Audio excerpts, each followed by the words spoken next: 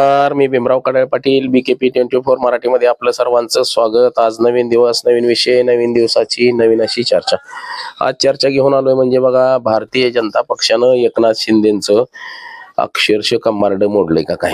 म्हणजे एकनाथ शिंदे गटाचे जे काय आमदार खासदार जे काय आहेत हे सगळे पळवापळवी सुरू झालेली आहे. म्हणजे त्यांना अक्षरशः भाजपमध्ये सगळ्यांना दिलं जातंय. आता कालच बघा, कल्याण डोंबिवली महानगरपालिका म्हणजे कल्याण डोंबिवली महानगरपालिकेची अजून निवडणूक लागायची, तोपर्यंत तिथं तिथले जे तालुका प्रमुख आहेत कल्याणचे विकास दिसले, त्यांना भारतीय जनता पक्षामध्ये प्रवेश दिला गेलेला आहे. जे रवींद्र चव्हाण आहेत, हे रवींद्र चव्हाणांनी सोयीस्करपणे भारतीय जनता पक्ष वाढवण्यासाठी प्रयत्न सुरू केले आणि ते म्हणजे त्याची कुऱ्हाड म्हणजे एकदम एकनाथ शिंदे यांच्यावरतीच आहे. तर याच विषयाची आज चर्चा घेऊन आलो. तर चला, सर्वप्रथम आपण जर चॅनल सबस्क्राईब केलं नसेल तर चॅनल सबस्क्राईब करावा ही सर्वांना विनंती. आणि चला चर्चेला सुरुवात करूया. महाराष्ट्र राज्याच्या इतिहासामध्ये कधी नव्हे एवढं, म्हणजे महाराष्ट्राच्या नाही तर देशाच्या इतिहासामध्ये म्हणावं लागेल, कधी नव्हे एवढ्या आमदारांचं बंड एकनाथ शिंदे यांनी घडवून आणलं आणि ते भारतीय जनता पक्षाच्या पाठिंब्यावरती घडवून आणलं. त्या काळामध्ये एकनाथ शिंदे यांना फार प्रथम क्रमांक भाजपकडून दिला जात होता आणि त्यानंतर बघा, ते गुवाहाटीला पळून गेले, माघारी आले, त्यांना मुख्यमंत्री बनवलं गेलं महाराष्ट्र राज्याचं. त्यांचे जे काही सहकारी होते त्यांना मंत्रिमंडळामध्ये स्थान देण्यात आलं, मंत्री केलं गेलं. परंतु उर्वरित जे होते ते सगळे नाराज झाले होते. परंतु पुन्हा 2024 मध्ये काय पडले, काय निवडून आले. आता हे जरी सगळं असलं तरी 2024 साली देवेंद्र फडणवीस मुख्यमंत्री झाले महाराष्ट्राचे आणि त्यांनी सोयीस्करपणे एकनाथ शिंदे यांनी जे जे निर्णय घेतले होते त्या सगळ्या निर्णयाला एक एक एक एक करून कात्री लावण्याचं काम केलं.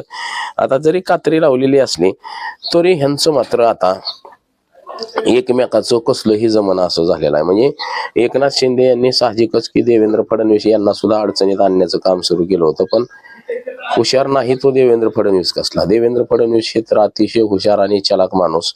आता त्यांनी एकनाथ शिंदे यांची हळूहळू पंख कापायला सुरुवात केलेली आहे आणि ते पंख कापायला म्हणजे एक एक एक एक एक एक एक एक करून त्यांचे पंख कापायला सुरुवात केलेली आहे आणि त्यांचा एक एक मोहरा भारतीय जनता पक्षामध्ये न्यायला सुरुवात केलेली आहे. जसं की बाबा, आता ते संजय शिरसाट औरंगाबादचे, तर त्या संजय शिरसाटांच्या विरोधात एक राजेश शिंदे म्हणून त्यांनी निवडणूक लढवली होती. ते तिथं कट्टर कार्यकर्ता आहे, चांगलं पाठीमागं पाठबळ आहे. तर त्या कार्यकर्त्याला भारतीय जनता पक्षामध्ये प्रवेश दिला गेला. म्हणजे एकनाथ शिंदेचे जे 57 आमदार निवडून आले, या 57 ठिकाणी ज्यांचा पराभव झाला त्या सर्वांना भारतीय जनता पक्षामध्ये स्थान दिलं गेलेलं आहे.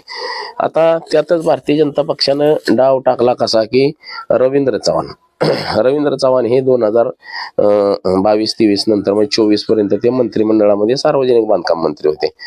ते कल्याण डोंबिवली या मतदारसंघातलेच आहेत, म्हणजे ठाणे जिल्ह्यातलेच आहेत. भारतीय जनता पक्षाचे ते आमदार आहेत. भाजपनं त्यांना मंत्रिपदातून काढलं आणि भारतीय जनता पक्षाचं प्रदेशाध्यक्ष बनवलं गेलं. आता हे प्रदेशाध्यक्ष बनवलं गेल्यानंतर आता प्रदेशाध्यक्षाच्या जिल्ह्यात भाजपची ताकद वाढायला सुरुवात झाली. एकनाथ शिंदेचा एक एक एक एक एक एक मोहरा हा भारतीय जनता पक्षामध्ये त्या रवींद्र चव्हाणांनी घ्यायला सुरुवात केली. रवींद्र चव्हाण हे अगदी ठाणे जिल्ह्यापासून ते कोकणापर्यंत त्यांना सगळा मतदारसंघ पाठ आहे.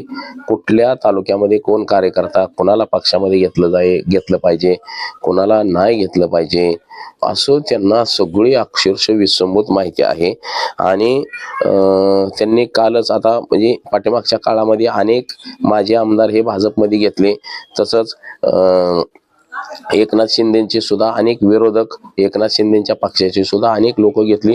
त्यावरती एकनाथ शिंदे नाराज झाले, दिल्लीला गेले. तिथं अमित शहाला सांगितलं की मला हे तुमची लोक कशा पद्धतीनं त्रास देतात साहेब, यांना सांगा. परंतु त्यांनी तिथून धुडकावून लावलं. जा म्हणले, ते जे करतात ते व्यवस्थितच आहे, मिळून सगळं काम करा, नाही तर तुमचं मुख्यमंत्री उपमुख्यमंत्रीपद काढून घेईल. आता भाजपनं तयारी सुद्धा तशीच केलेली आहे की उदय सामंत यांना मोठ्या प्रमाणामध्ये पाठबळ दिलेलं आहे आणि 35 ते 38 आमदार हे एकनाथ शिंदे यांच्या पाठीशी होते, परंतु ते सगळे उदय सामंत यांच्या पाठीशी गेलेले आहेत. 57 पैकी 40 आमदार हे उदय सामंत यांच्या पाठीशी गेलेत आणि ते कधी बी भारतीय जनता पक्षामध्ये प्रवेश करायला तयार आहेत. तसंच 5 खासदार सुद्धा भारतीय जनता पक्षामध्ये प्रवेश करायला सुरुवात आहे. तर असंख्य कार्यकर्ते हे भारतीय जनता पक्षामध्ये प्रवेश करायला सध्या इच्छुक आहेत, तयार आहेत. आता भाजपनं अनेक कार्यकर्ते एकनाथ शिंदेचे आपल्या पक्षामध्ये घेतले गेले. त्यानंतर एकनाथ शिंदे हे ज्यावेळेस दिल्लीला जाऊन आले त्यानंतर मात्र असं ठरलं की बाबा कोणी कोणाच्या पक्षातले कार्यकर्ते घ्यायचे नाही, असं काहीसं ठरलं होतं. परंतु आता ठरलेलं जरी असलं तरी भाजप हे एकनाथ शिंदे यांना कवडीची सुद्धा किंमत द्यायला तयार नाही. तर त्यांनी काय केलं की कालच ठाणे जिल्ह्यातला जो कल्याण तालुका प्रमुख आहे विकास दिसले, या विकास दिसलेंना भारतीय जनता पक्षाचे रवींद्र चव्हाण यांनी त्यांना प्रवेश दिला आणि त्याहून पुन्हा वादाची ठिणगी कुठंतरी पडल्यावानी झालं. तर वादाची ठिणगी वगैरे हे काय अजिबातच नाही. तर येणाऱ्या काही काळामध्ये एकनाथ शिंदे यांचं खच्चीकरण हे भारतीय जनता पक्षाच्या माध्यमातून केलं जाईल असं काहीसं आता दिसतंय.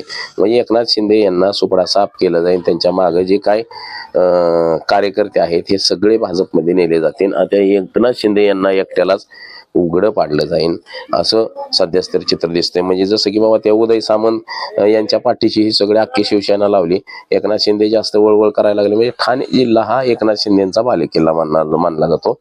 जसं की ठाणे नगरपालिका असेल, कल्याण डोंबिवली महानगरपालिका, ठाणे महापालिका, ह्या सगळ्याच्या सगळ्या महानगरपालिका आहेत.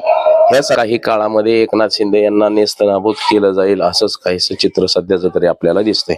म्हणजे जसं की बघा या अगोदर सुद्धा आपण पाहिलेलं असेल की एकनाथ शिंदे यांचे अनेक कार्यकर्ते हे भारतीय जनता पक्षामध्ये रवींद्र चव्हाण यांनी नेलेले आहेत आणि हे सगळे नेलेले असताना सुद्धा एकनाथ शिंदे हे फक्त आणि फक्त उघड्या डोळ्याने बघू शकतात.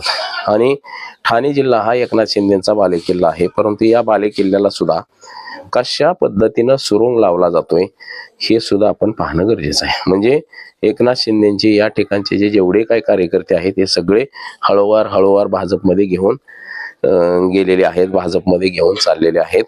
यामुळे एकनाथ शिंदे जरी नाराज असले तरी येणाऱ्या काळामध्ये एकनाथ शिंदे यांची सगळीच्या सगळी शिवसेना हे भाजपमध्ये विलीन झाल्याशिवाय राहणार नाही. असंच एकंदरीत सध्याचा माहोल महाराष्ट्र राज्यामधला आहे असं एकंदरीत आपल्याला दिसतंय. तर आज एवढंच. माझा सहकारी कॅमेरामन अनिकेतसह मी भीमराव खडाळे पाटील, BKP 24 मराठी, इंदापूर, पुणे.